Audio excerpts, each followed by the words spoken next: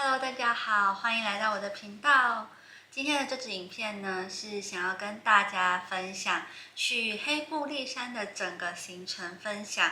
如果你今天想要去黑部立山，但是又不知道要怎么安排行程的话，那就可以参考今天的这支影片啦。那记得哦，要看到影片的最后。影片的最后呢，我会附上我的行程表，提供给大家参考。那我们就开始吧。我这边呢，先跟大家稍微讲一下我这次的一个行程的大概。我去黑部立山的行程总共是6天5夜。那第一天呢，会先去高山，去了高山再去富山，富山那边呢就隔天从立山开始上山，然后再从黑部下山。下山之后呢，就从信农大厅搭车搭到松本，那再从松本搭回名古屋。其实我是从名古屋去，名古屋回。那如果大家跟我一样，也是想从名古屋去，名古屋回的话，就可以参考今天的这支影片啦。因为我是从名古屋这边出发嘛，所以呢，我是买了5天的 JR Pass。黑部立山的 JR Pass 呢，其实它可以去到的地方蛮多的。那我今天呢，就是跟大家分享我自己安排的行程。现在 JR Pass 的价钱呢是马币700多，然后换算成台币的话就是5000多块，5天可以无限次搭 JR。那大家要注意的就是这个 JR Pass 它总共有提供4次的对号座可以去兑换。那我分别是兑换在从名古屋去高山，然后再从高山去到福山，信农大町去到松本，跟最后从松本回到名古屋。那这次6天5夜的日本旅行呢，大部分都是搭乘 JR 走路、客运跟地铁为主。因为我们是自由行嘛，所以就没有考虑到包车或者是自驾，主要还是觉得4个女生，然后3个长辈跟我们会觉得走路跟搭公共交通会比较方便跟适合，而且时间上呢也比较弹性。我们是搭乘乐桃航空凌晨的班机从台北出发到名古屋，然后我们会从名古屋的机场搭机场快线去到名古屋的市区，然后早上的时候再搭乘 JR 从名古屋去到高山。我们这次会安排去高山，主要的原因也是因为我们都没有去过合掌村。虽然5月的合掌村可能没有冬天的合掌村那么的漂亮惊艳，但是反正想说都去到了高山，然后刚好这个 JR Pass 也是顺路的嘛，要去黑部立山的话就会经过高山。那既然安排了6天5夜，那就可以在高山这边住1晚，然后隔天呢再去合掌村。我们抵达高山的时候还没有到 check in 的时间，所以我们就先去附近的飞陀市场那边走走。那大家如果对飞陀市场有兴趣的话，可以看这支影片。逛完之后呢，我们就直接 check in。那这边呢，就跟大家 room tour 一下我们在这个高山的住宿吧。房间一进来呢，打开门就是这样子。然后这边呢就有玄关，可以脱鞋子、放鞋子，还有行李箱，都很足够。然后往内走，这边就是一个厨房，这样子有附热水器。然后这边还有微波炉、一个冰箱跟洗衣机。后面呢，这边就是浴室，这边是马桶的部分。然后这边呢，就是可以泡澡的冲凉房。再过来呢，就是睡房了吧，2个单人床，那边还有一个书桌，还有电视机和除湿机。这个住宿距离高山的 JR 只需要不到5分钟的距离，然后旁边呢就有高山的巴士站可以搭巴士从高山站去到合掌村，所以在地理位置上是非常的方便。然后走路到飞陀市场呢也超级近，所以我还蛮推荐大家可以入住这家住宿。那这家住宿呢，名字叫做 Residence Hotel Takayama Station。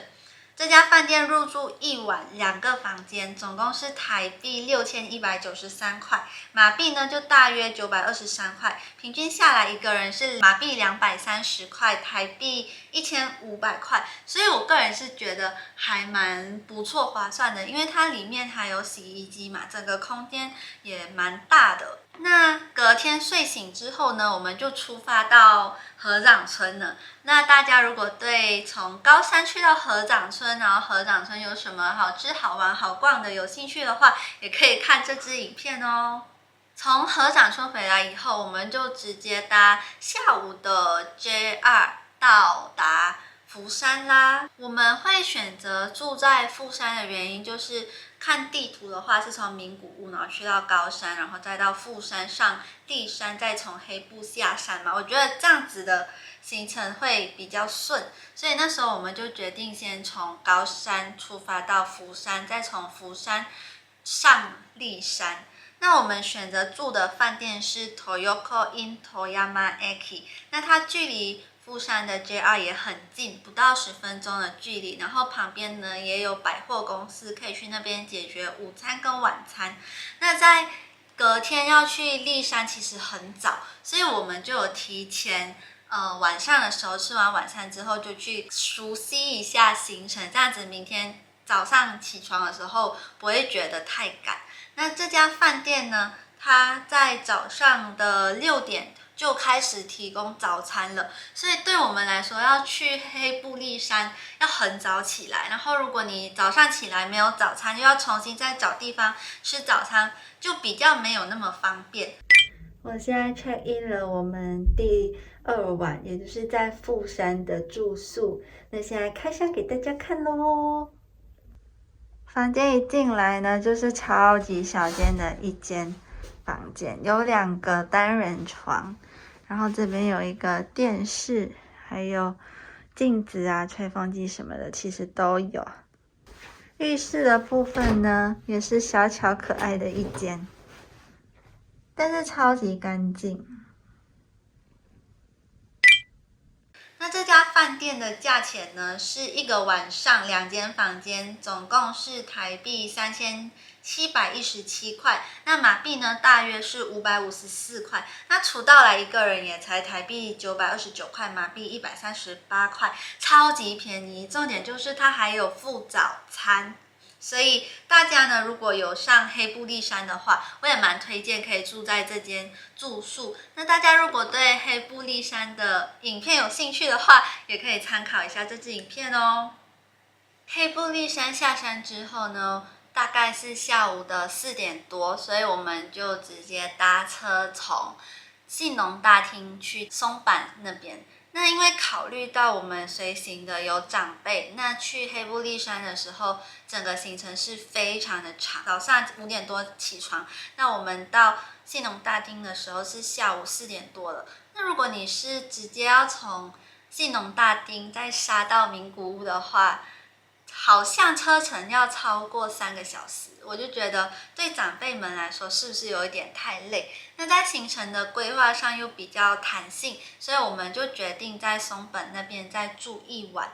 那如果大家是年轻人，体力很好的话，我觉得松本这个地方是可以跳过的，你们可以直接杀到名古屋就好了，这样也可以省掉1个晚上的时间。我们抵达松本以后呢，基本上是晚上的时间了，我们就直接入住 check in。那我这次挑的这家饭店，其实距离松本的 JR 有一段距离，好像走路要8分钟左右吧。就是从前面2家饭店比较起来的话，这家饭店的距离就会比较远一点。但是这家饭店距离其他松本的景点，像是松本城四柱神社、松本市美术馆这些景点走路都可以到，所以我们在松本城也没有搭其他的交通工具，主要就是以走路为主。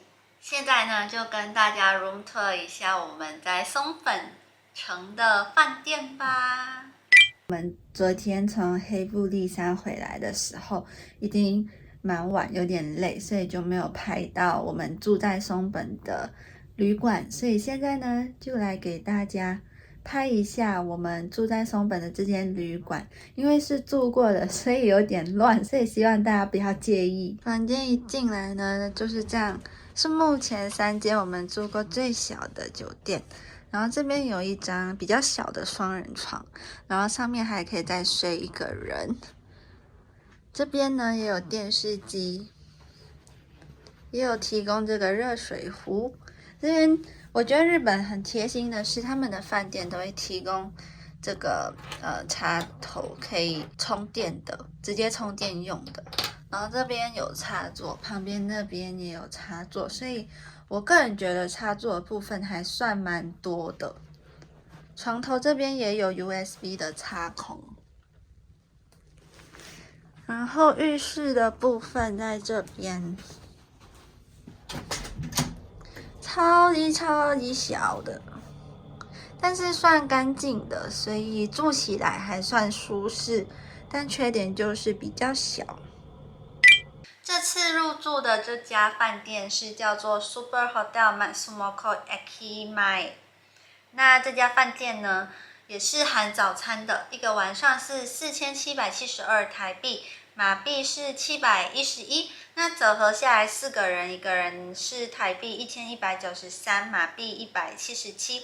我觉得还算不错啦，很可以啦，因为它的早餐的选择也蛮多的。然后它这边也有一个比较特别的服务吧，至少我住过饭店以来，我没有遇到过可以像这家饭店一样，在大厅可以选择适合你自己的枕头。它那边有很多不同类型，不管是高的啊、低的啊、硬的还是软的枕头都有。你可以在入住之前呢，去挑选最适合你的枕头，这样子晚上睡觉的时候，睡眠的品质也会好一点。那在松本住一晚之后呢，我们隔天就去跑了行程。我们有去了松本城，然后四柱神社，还有美术馆。那大约下午3、4点呢，我们就出发回到名古屋啦。那在名古屋的话，我们是住了3天2夜，也就是最后的2天，我们就回到名古屋市区去居住。那我们这次住的饭店呢，是在荣商圈的附近。那这家饭店的名字叫做 Travelodge Nagoyasake。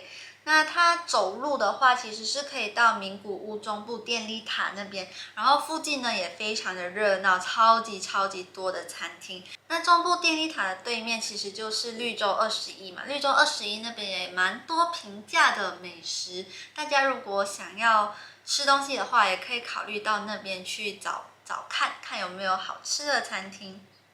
那在名古屋的部分呢，我们就去了中部电力塔、名古屋城、大须商业街、大须观音，还有绿洲21等等这些必去的名古屋景点。但我必须说的是，名古屋真的还蛮无聊的。3天2夜，我们这样子把行程跑完。那其实我们最后一天的时候的班机是晚上的。